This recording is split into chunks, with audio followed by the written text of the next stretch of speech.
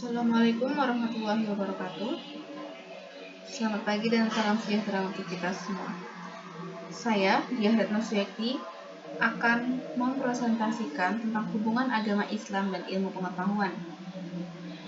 Dalam hubungan agama Islam dan ilmu pengetahuan, terdiri dari beberapa bagian, yaitu pengertian ilmu, keutamaan menuntut ilmu, adab-adab dalam menuntut ilmu, syarat-syarat ilmu, kedudukan ilmu menurut Islam, dan klasifikasi ilmu menurut ulama Islam. Yang pertama, pengertian ilmu. Ilmu merupakan kata yang berasal dari bahasa Arab, masdar dari alima ya'lamu yang berarti tahu atau mengetahui. Ilmu adalah pengetahuan tentang suatu bidang yang disusun secara bersistem menurut metode-metode tertentu yang dapat digunakan untuk menerangkan gejala-gejala tertentu di bidang pengetahuan. Keutamaan ilmu. Ilmu tentang Allah, ilmu tentang persoalan-persoalan masa lalu yang dikabarkan Allah, ilmu tentang perintah Allah. Yang ketiga, adab-adab dalam menuntut ilmu. Yang pertama, ikhlas. Seseorang menuntut ilmu sebaiknya punya perhatian besar terhadap keikhlasan niat dan tujuan dalam menuntut ilmu, yaitu hanya untuk Allah Subhanahu wa Ta'ala. Karena menuntut ilmu adalah ibadah, yang namanya ibadah tidak akan diterima kecuali jika ditunjukkan hanya untuk Allah Subhanahu wa Ta'ala. Yang kedua, bersungguh-sungguh dalam menuntut ilmu. Sesungguhnya, seorang hamba butuh kepada kesungguhan dan semangat untuk memperoleh ilmu. Dia harus memaksakan dirinya untuk jauh dari sifat lemah dan malas. Karena malas akan menyebabkan kehalangan seseorang untuk mendapat kebaikan yang banyak.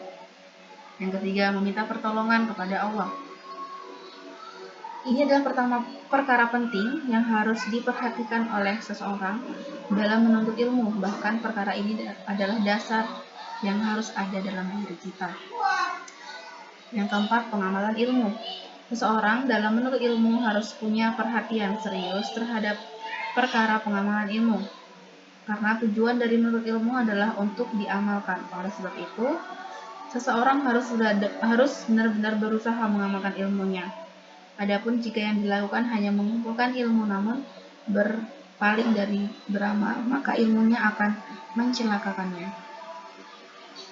Yang kelima, berhias dengan akhlak mulia.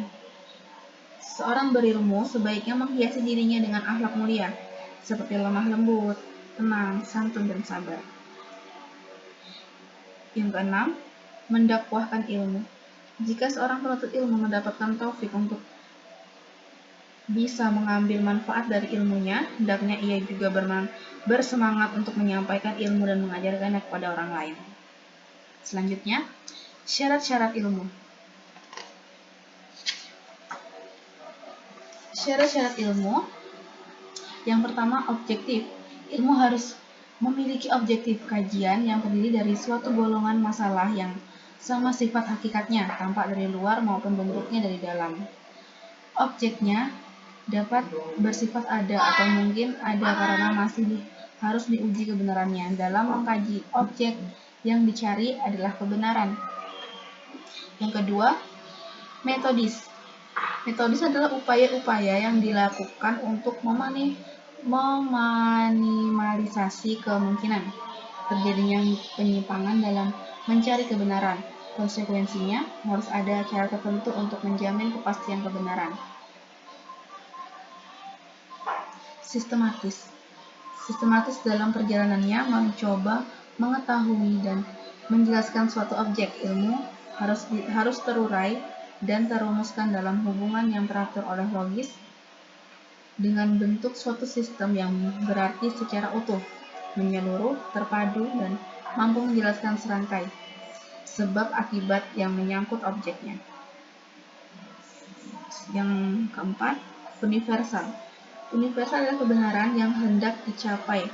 Adalah kebenaran universal yang bersifat umum, tidak bersifat tertentu. Contohnya, semua segitiga bersudut 180. Karenanya, universal merupakan syarat ilmu yang keempat. Belakangan ilmu sosial menyadari kadar keumuman universal yang dikandungnya berbeda dengan ilmu-ilmu alam, mengingat objeknya adalah tindakan manusia. Kedudukan ilmu menurut Islam. Kedudukan ilmu menurut Islam yaitu ilmu menempati kedudukan yang sangat penting dalam ajaran Islam. Kata ilmu dan kata-kata jadinya digunakan lebih dari 780 kali. Klasifikasi ilmu menurut ulama Islam. Ilmu merupakan sesuatu yang alami pada manusia. Ilmu yang bersifat tradisional atau nakli, al-maqwat, al-manqulat,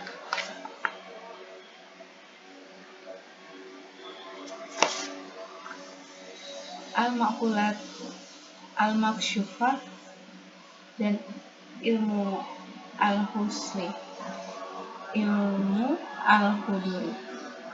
Terima kasih, sekian dari saya. Jika ada yang kurang, saya mohon maaf yang sebesar-besarnya. Wassalamualaikum warahmatullahi wabarakatuh.